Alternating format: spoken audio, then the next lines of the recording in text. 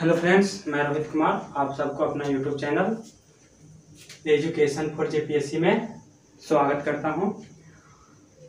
आज हम लोग देखेंगे अपने सिलेबस की ओर। सिलेबस में जो है हम लोग को अगर यदि हम लोग जेपीएससी का या जेएसएससी का तैयारी कर रहे हैं और उसमें अगर यदि भूमि संबंधी कानून की जो सिलेबस में डाला गया है तो आज हम लोग खासकर भूमि संबंधी कानून के बारे में पढ़ेंगे जो झारखंड में कार्यरत है। झारखंड में उसका विधान का जो है वो पूर्ण रूप से चलाया जा रहा है। तो और हम लोग बात करें सिलेबस की, तो सिलेबस में हम लोग जो है मुख्य रूप से अगर यदि हम लोग जेपीएससी की बात करें तो जेपीएससी में जो है हम लोग को खासकर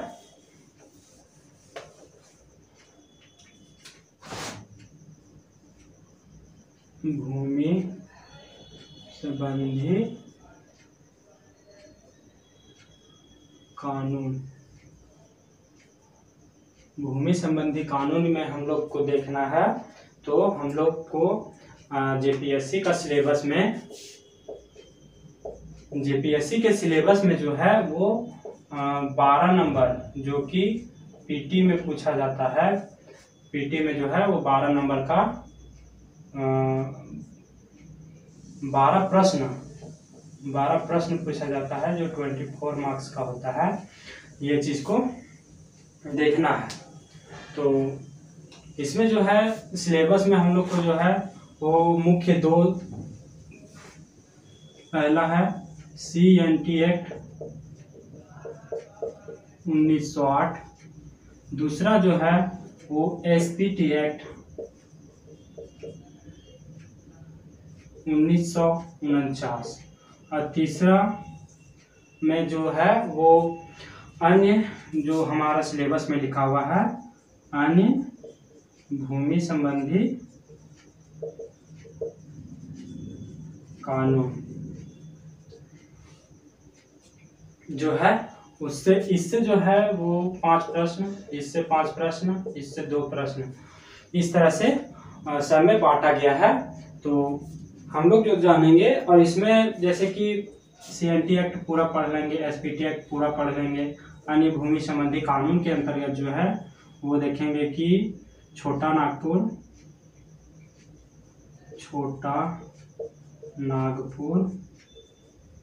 भूधृति अधिनियम जो है वो 1869, इसको भी जो पढ़ना है। और भी जैसे कि अगर यदि किसी तरह से उसमें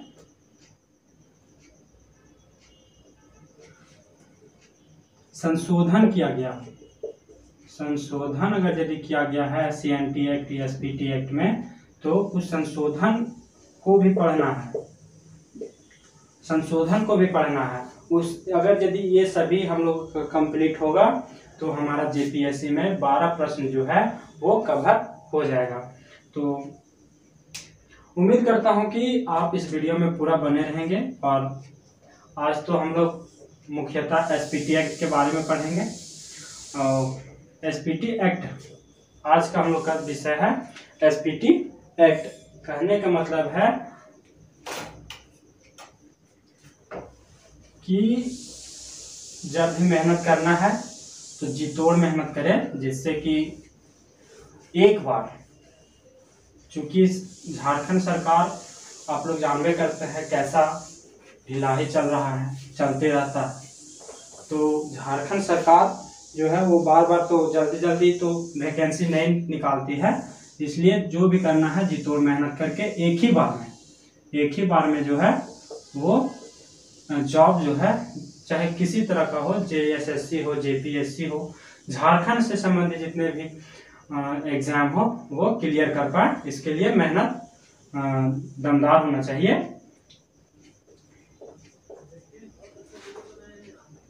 तो संताल परगना काश्तकारी अधिनियम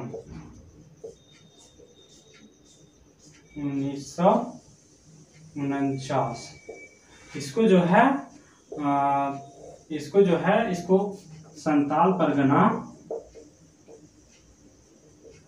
आप सभी लिखते जाइएगा, जिससे कि चूंकि बड़ा बोर्ड नहीं है तो मिटाना पड़ेगा, इसलिए आप सभी लिखते जाइएगा। अनुपूरक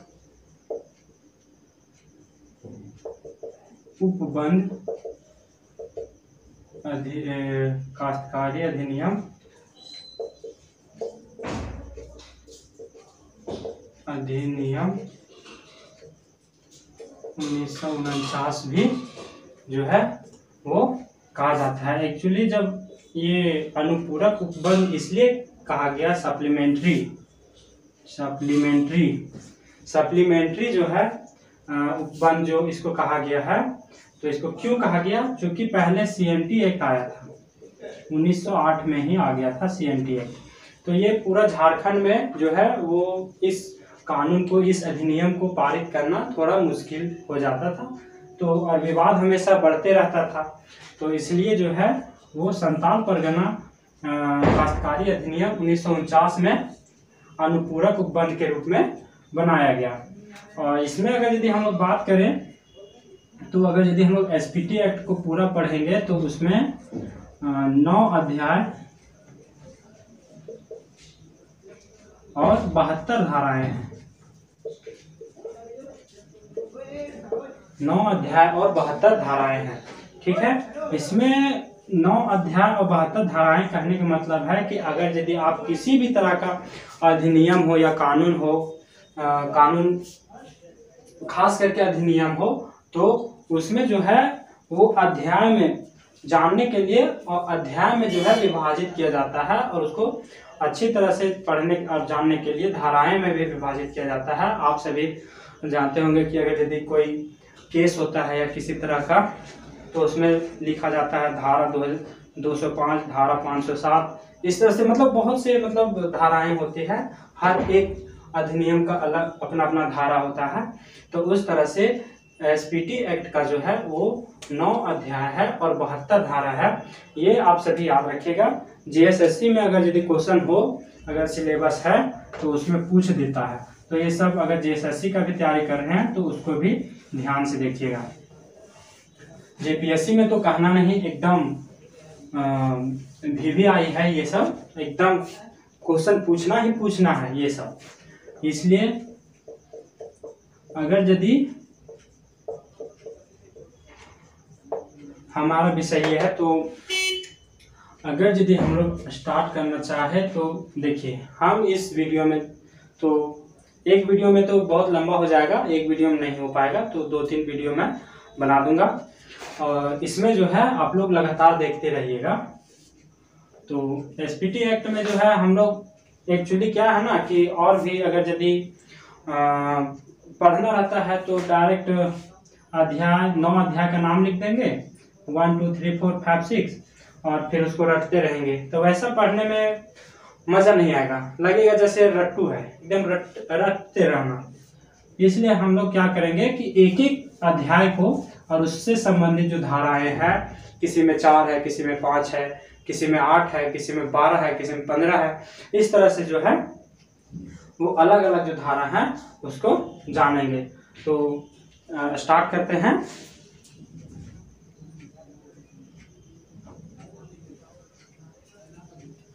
SPT एक्ट में जो है वो कुल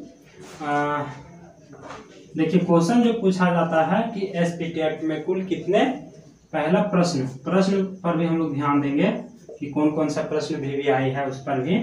तो पहला प्रश्न पूछा जाता है SPT एक्ट में कि SPT एक्ट में कुल कितने अध्याय और धारा है। तो हम लोग जो है इस तरह से प्रश्न अगर आता है तो हम लोग मारेंगे, अगर उसमें वो मार्कशीट में जो है उसमें ABCD दिया हुआ रहता है, तो उसमें लिखना है कि 9 अध्याय और 72 धारा, ये चीज हम लोग को याद रखना है। अगर यदि हम लोग SPT एक्ट पढ़ रहे हैं और ये सब जो है एक इंट्रोडक्शन की तरह से है, ये सब अगर नहीं याद रहेगा तो अंदर की बात याद रखना थोड़ा मुश्किल हो जाता है। तो चलिए स्टार्ट करते हैं अपना अध्याय। पहला जो है वो प्राथमिकी है। पहला अध्याय में जो है वो अध्याय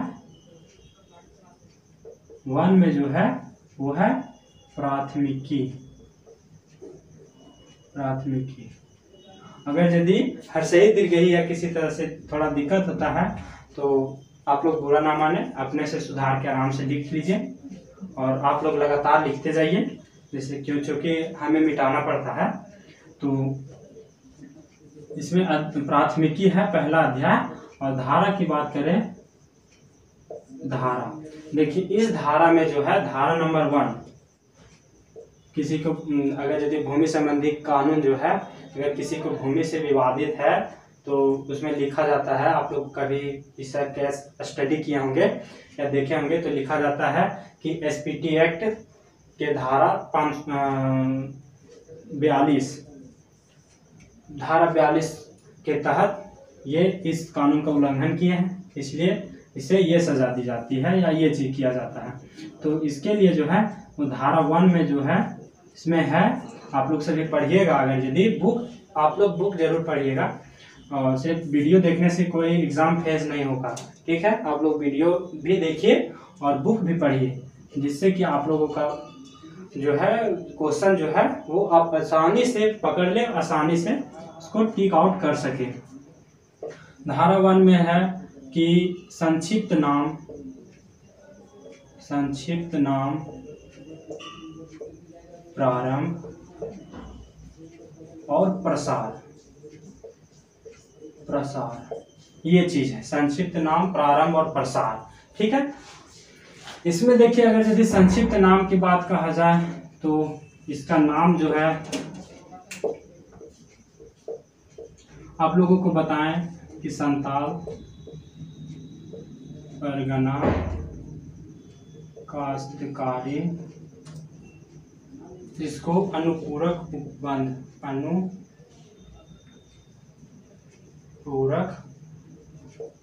उपबंध अधिनियम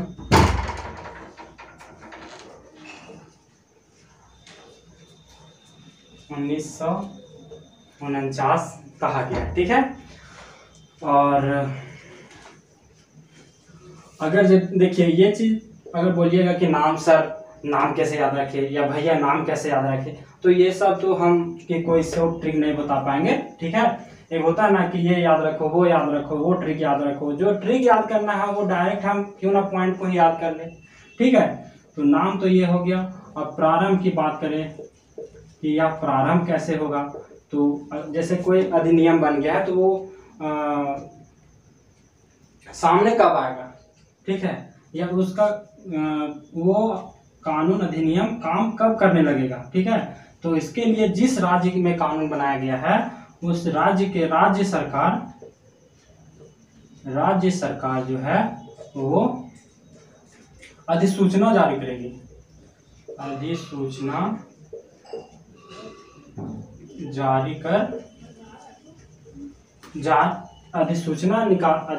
जारी करेगी कि इस अधिनियम को जो है वो पारित किया जाए, वो लागू किया जाए, ठीक है।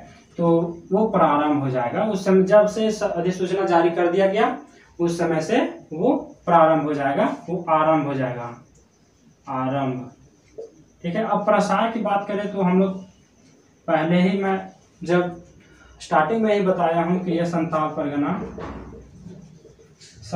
परगना क्षेत्र में जो है वो ये इसका इफेक्ट है। तो संताल परगना में जो जिले आते हैं, जैसे कि झारखंड में 24 जिले हैं, उसमें से 6 जिले जो हैं वो संताल परगना के अंदर आते हैं। तो कौन कौन से जिले हैं ये हम लोग भी याद रखना है, क्योंकि क्या होता है कि उसमें प्रश्न आ जाता है कि इन सभी जिलों में, किस जिले में जो है संथाल परगना काश्तकारी अधिनियम जो है वो प्रभावी नहीं है। तो इस तरह से अगर क्वेश्चन आता है तो इसलिए 6 जिले जो हम बताने जा रहे हैं उसको याद रखिएगा, ठीक है। उसमें से पहला जिला जो है वो साहेबगंज है, साहेबगंज। दूसरा जिला जो है वो दुमका है। तीसरा जिला जो है वो गोड्डा है। चौथा जिला जो है वो पाकुड़ है। पांचवा जिला जो है वो जामताड़ा है। और छठा जिला जो है वो देवघर है। अब आप बोलिएगा कि सर लाइन वाइज लाइन याद करेंगे, वैसा नहीं है, आप कहीं से भी याद कर सकते हैं, लेकिन आपको जो है वो ये जिले जो है वो आपको याद होना चाहिए कि संथाल परगना क्षेत्र के अंदर जो 6 जिले आते हैं उन सब में ये अधिनियम जो है वो कार्यरत है, ठीक है, प्रभावी है। ये चीज हो गया हमारा, मिटा रहे हैं आप लोग सभी लिखते जाइएगा, मैं स्टार्टिंग से ही करता जा रहा हूं कि आप सभी लिखते जाइएगा।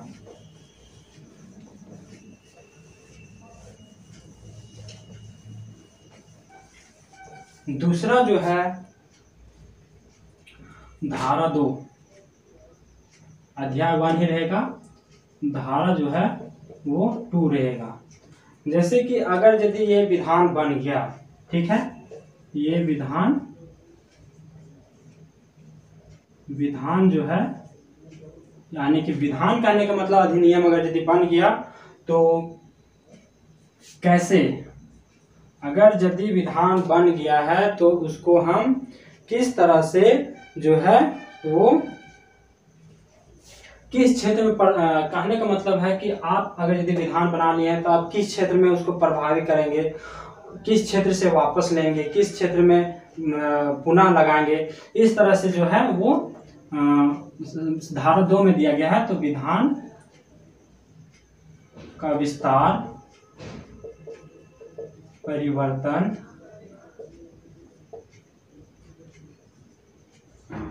तथा वापस लेना, ये जो है वो दूसरा धारा में है, ठीक है। आप लोग धारा एकदम याद कर लीजिए, एकदम बहुत ही इंपॉर्टेंट है, ठीक है। तो विधान का विस्तार, परिवर्तन और वापस लेना, ये कैसे होगा, अगर यदि संथाल परगना में एसपीटी एक्ट को प्रभावी किया गया है तो क्या कोई क्षेत्र से और उसमें जोड़ सकते हैं, या उसमें किसी तरह से हम कोई क्षेत्र से वापस ले सकते हैं या नहीं, या परिवर्तन कर सकते हैं या नहीं, तो इन सब के बारे में धारा 2 में दिया गया है। तो इसमें जो है वो डायरेक्ट याद रखना है कि राज्य सरकार जो है वो अधिसूचना जारी कर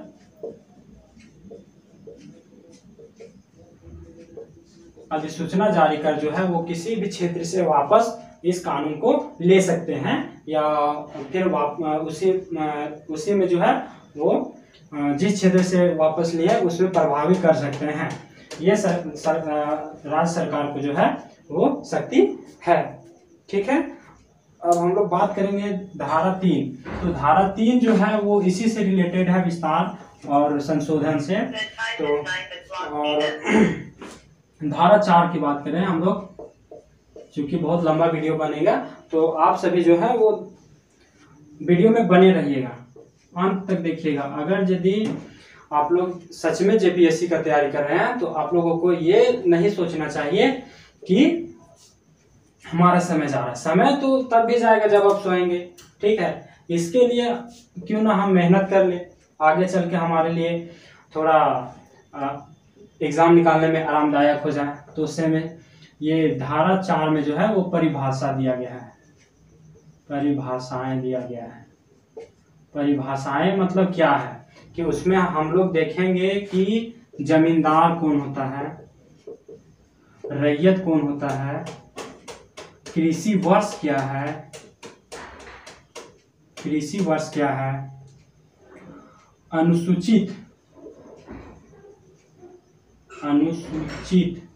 अनुसूचित लोग कौन है, और तो और अनुसूचित एक्चुअली जो है ये यानी आदिवासी, मेरा मतलब ये है आदिवासी, इन सब को जो डिफाइन किया गया है। और भी है जैसे ग्राम प्रधान, मूल रैयत, एक्चुअली रैयत हमने कह दिया है, और खास ग्राम,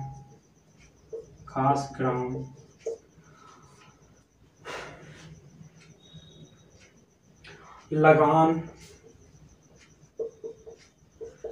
आदि, इन सभी को जो है वो परिभाषा जो है वो धारा 4 में दिया गया है।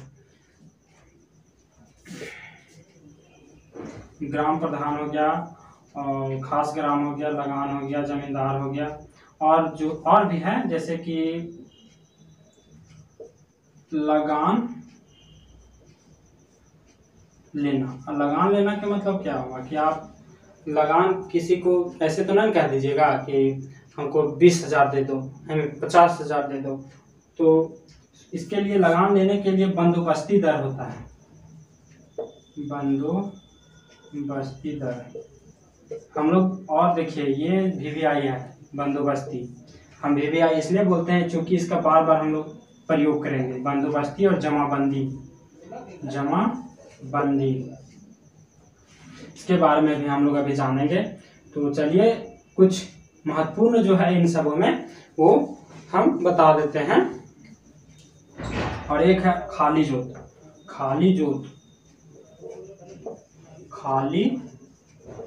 ये भी है VVI। कुछ हम VVI बता देता हूँ, ठीक है, जो पूछे गए हैं सबको।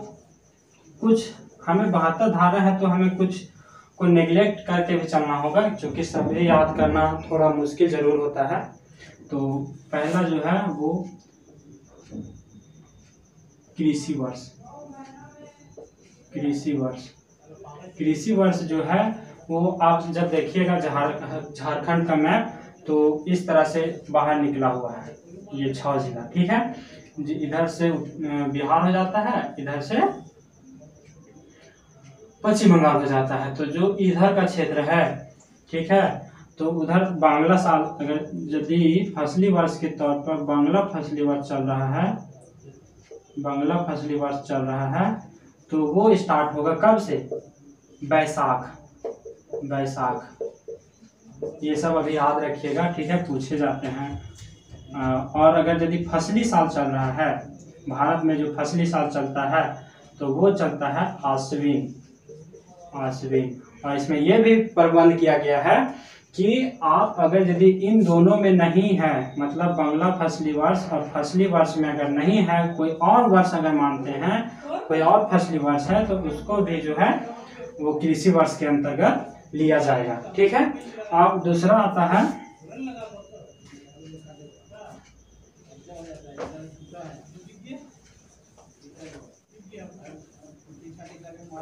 आप सभी लिखते जाइएगा। तो और दूसरा आता है खास ग्राम। देखिए खास ग्राम कौन है, ठीक है। तो ये पूछा जा चुका है कि खास ग्राम से आप क्या समझते हैं। तो देखिए खास ग्राम का मतलब हो गया कि जिस ग्राम में ना ही मूल रैयत हो और ना ही ग्राम प्रधान हो, तो उस, आप लोग मेरी बात को भी गौर कीजिएगा कि जिस ग्राम में ना ही मूल रैयत हो और ना ही ग्राम प्रधान हो, तो उसको हम लोग खास ग्राम कहेंगे, ठीक है। हर चीज को लिख पाना थोड़ा मुश्किल होगा, हम बोल रहे हैं उसको भी थोड़ा ध्यान से सुनिएगा। और बाकी आप लोग बुक स्टडी कीजिएगा, उससे भी बहुत हेल्प हो जाता है, बहुत ज़्यादा हेल्प होता है। और तीसरा है ग्राम प्रधान।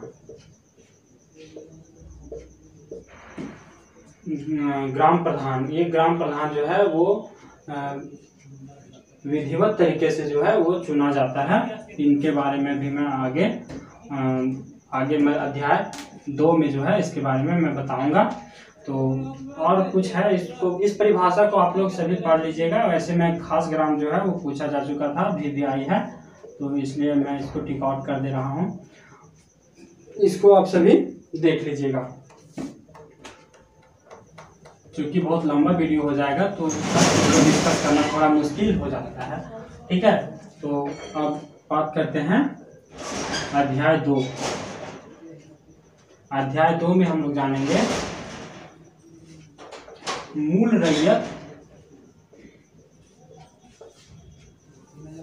इसमें जो है ग्राम प्रधान और मूल रैयत, ये अध्याय 2 में है। ठीक है, अध्याय 2 में है ग्राम प्रधान और मूल रैयत। इसमें अध्याय में हम लोग जानेंगे कि किस तरह से ग्राम प्रधान का चुनाव होता है, वो किस तरह से अपना कार्य को करता है, तो उसका नियुक्ति कौन करते हैं, ये सभी जो है वो जानना बेहद जरूरी है। ठीक है, तो अब धारा की बात करें। धारा जो है वो 5 की बात कर रहे हैं हम लोग। तो 4 तक तो परिभाषा तक हो गया था, अब 5 में हम लोग बात करेंगे कि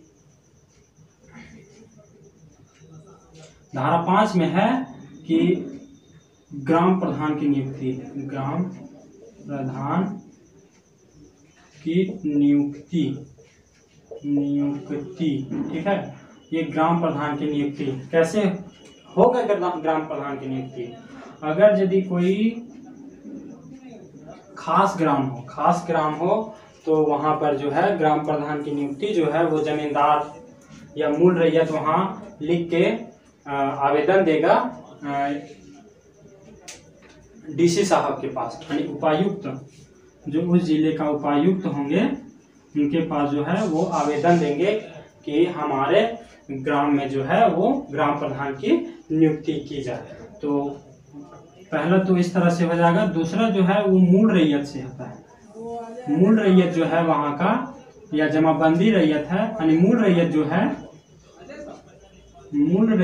है उसके जो मतदान होंगे वो 2/3 लोग जो है, यानी कि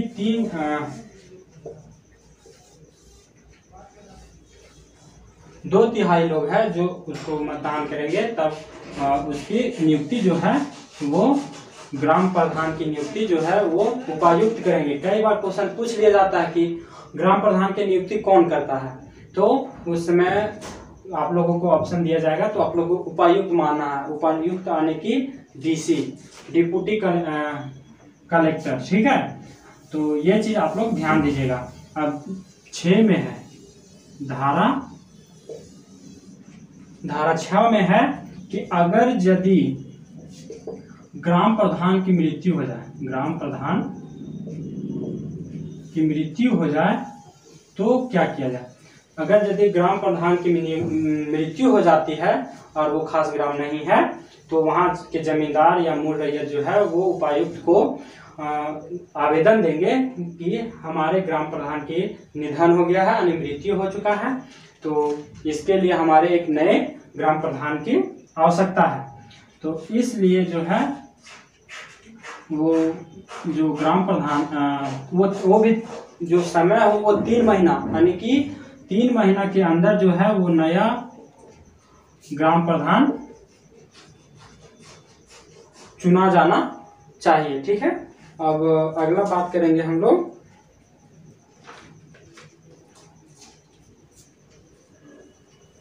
धारा 6। हम लोग बात करेंगे धारा 6।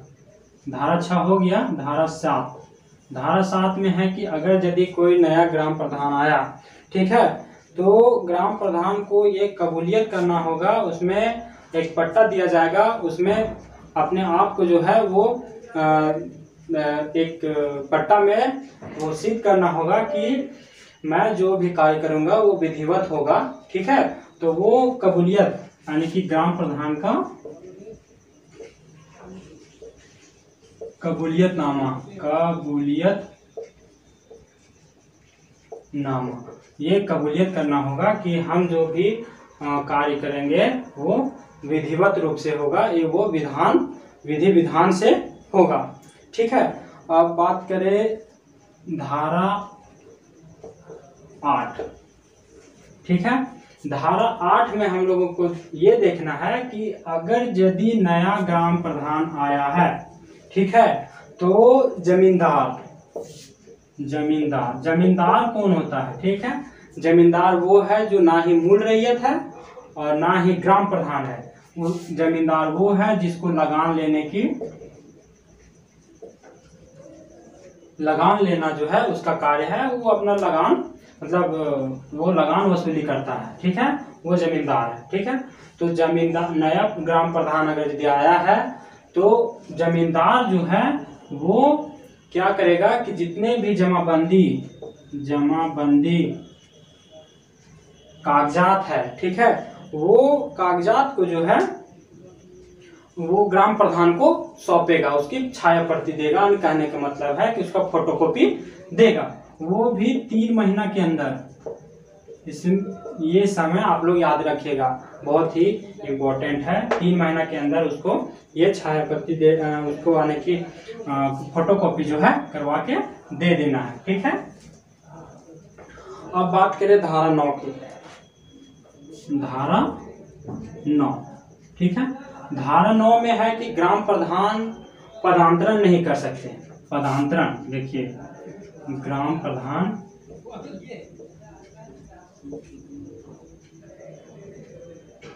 को पदांतरण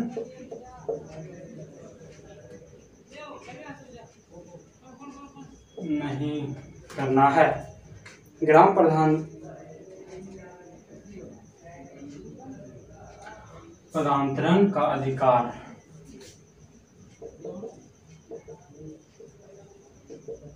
नहीं है, ठीक है। पदांतरण कहने का मतलब है कि अगर यदि मैं ग्राम प्रधान में जीता हूं और चाहूंगा कि मेरे लिए मेरे भाई आ जाए, मेरे बेटा आ जाए, वो कार्य करे, तो वो धारा 9 के उल्लंघन करेगा, ठीक है। और उस हिसाब से उसका जो शक्ति है वो छीन भिन्न भी किया जा सकता है उपायुक्त के द्वारा। उपायुक्त चाहेंगे तो। 10 में है धारा 10। देखिए धारा 9 और धारा 10 ये बहुत ही वीवीआई है, ठीक है। तो धारा 10 अगर यदि हम लोग बात करें तो धारा 10 में कहा गया है कि कोई भी जोत को ठीक है, कोई भी जमीन को जो है वो जो मूल रैयत का जोत समझा जाएगा। मूल रैयत का जोत कहने का मतलब है, ये मान लो भूमि है, ठीक है, ये भूमि है,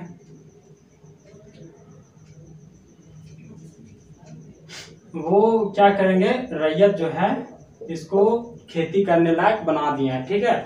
इसको खेती करने लायक बना दिए। पहले पहाड़ था तो उसको पठार था तो उसको प्लेन करके खेती करने लायक इस भूमि को बना दिए हैं, ठीक है। तो उसको क्या किया जाएगा कि मूल रैयती जोत इसको बना दिया जाएगा। ये धारा 10 के तहत ये दोनों क्वेश्चन पूछा जा चुका है जेपीएससी में, वीवीआई क्वेश्चन यहाँ से बनता है, ठीक है। ये चीज आप लोग ध्यान दीजिएगा। धारा 11 की बात करेंगे अब हम लोग।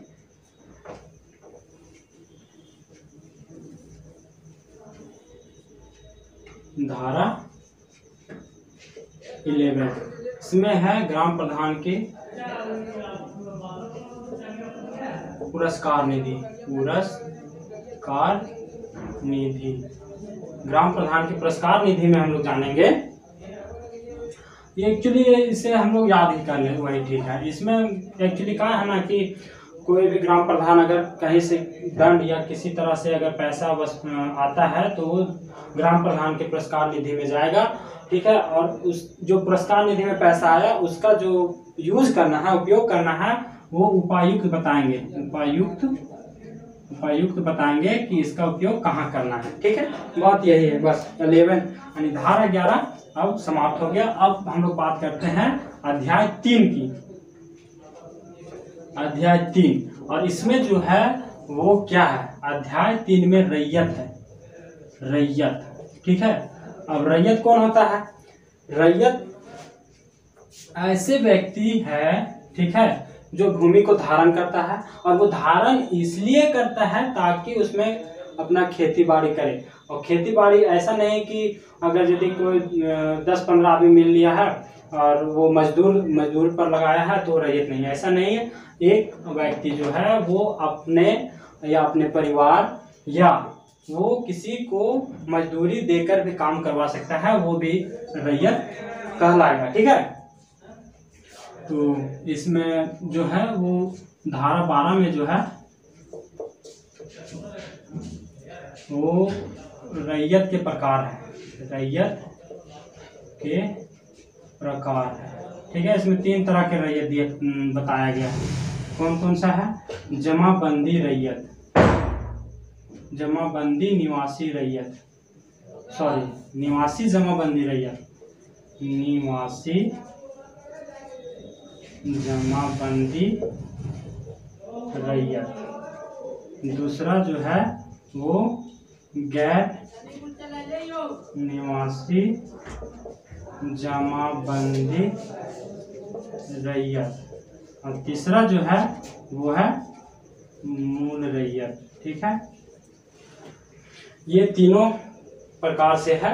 इसको जनरली इसी तरह से याद रखें, क्वेश्चन पूछा जाता है कि रैयत के प्रकार को किस धारा में रखा गया है, तो वो धारा है 12। वो भी उसमें दे भी देगा कि एसपीटी एक्ट है। ठीक है, एसपीटी एक्ट के किस धारा में रैयत के प्रकार को दर्शाया गया है या लिखा गया है, बताया गया है, तो धारा 12 ठीक मानना होगा। ठीक है, 12 कहने का मतलब है 12। ओके, अब धारा जो है वो धारा 13, धारा 13। ठीक है, धारा 13 में जो है ये कहा गया है कि रैयतों को भूमि उपयोग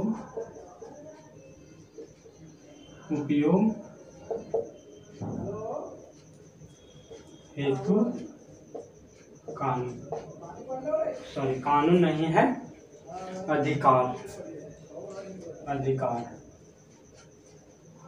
देखिए, इसको हम लोग समझ कैसे सकते हैं कि ये भूमि है, ठीक है, ये रैयत का है, ये भूमि एक्स्ट्रा जो है जिसको गैर मजदूरवा या और कोई भूमि होता है, इसको ये इसके जोत के नज़दीक में है। ठीक है, और ये जोत जो है, ये जो भूमि है वो हमारे मतलब किसी भी गांव के सांस्कृतिक कार्यक्रम या फिर धार्मिक या राजनीतिक किसी तरह से मतलब उसको प्रभावित नहीं कर रहा है, और ये रैयत जो है इसमें खेती करना प्रारंभ कर दिया है, तो उसको खेती करना ही मतलब जब तक कि वो अब बूढ़ा ना हो जाए तब तक खेती कर सकता है, अतिरिक्त भूमि पर भी खेती कर सकता है। ठीक है, और बात करें धारा 14,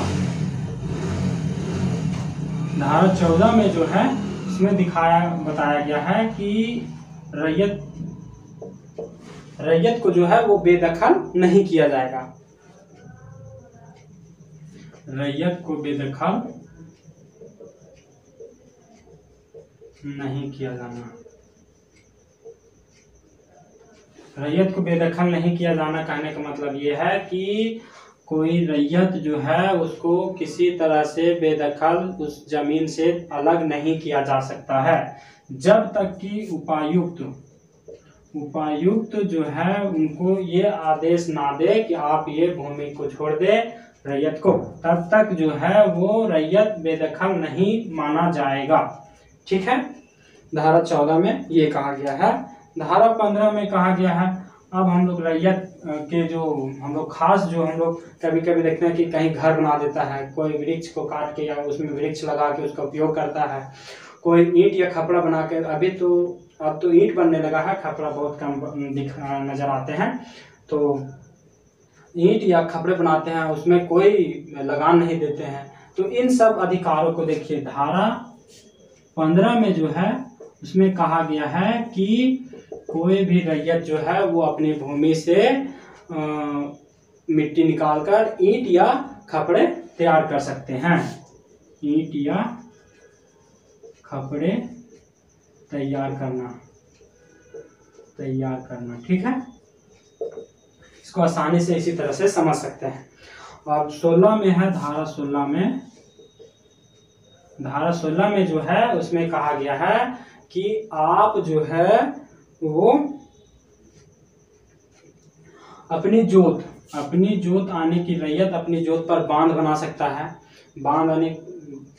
बांध बना के उसमें मछली पालन कर सकता है या जलाशय बना सकता है, उसमें मछली पालन कर सकता है। तो बांध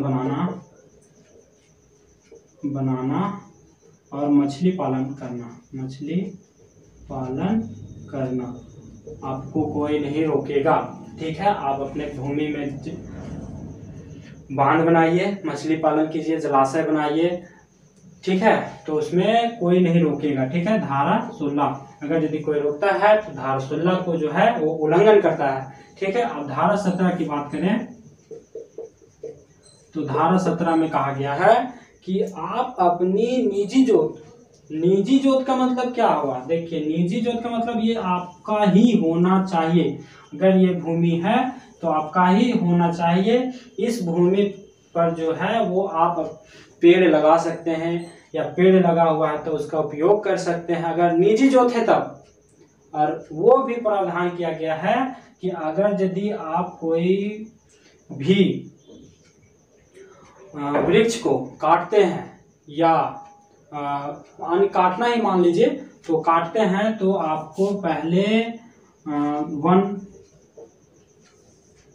ऑफिसर जो रहता है, फॉरेस्ट ऑफिसर,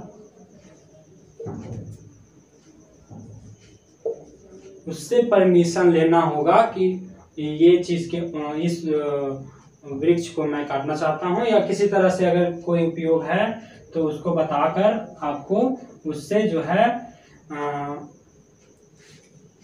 फॉरेस्ट ऑफिसर से आपको अनुरोध, कहने का मतलब है कि ले लेना है आपको, क्या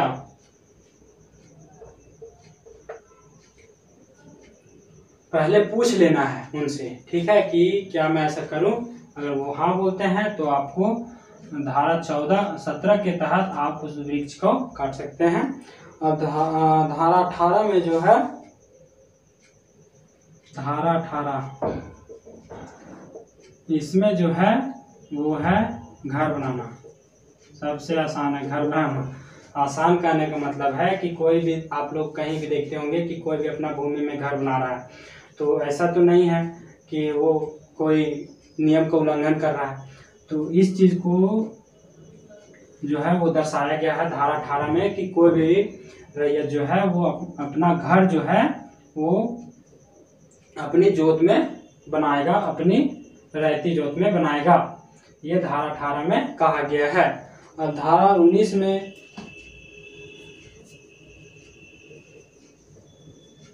धारा 19, अच्छा छोड़िए, बहुत लंबा हो गया है वीडियो। तो आप लोगों को कैसा लगा ये वीडियो? अगर अच्छा लगा हो तो शेयर और सब्सक्राइब, कमेंट भी करें कैसा लगा वीडियो। अगर किसी तरह का दिक्कत हुआ हो तो वो भी बताएं, कमेंट करें। ठीक है, और एक चीज़ और, अगर यदि आप लोग इस वीडियो को लाइक शेयर करें तो हमें बहुत ही अच्छा लगेंगे। और bye bye, good bye, take care. अगले वीडियो में मैं फिर SPT एक्ट को अच्छी तरह से बताऊंगा, ज़्यादा समय ना लेते हुए। Thank you for watching.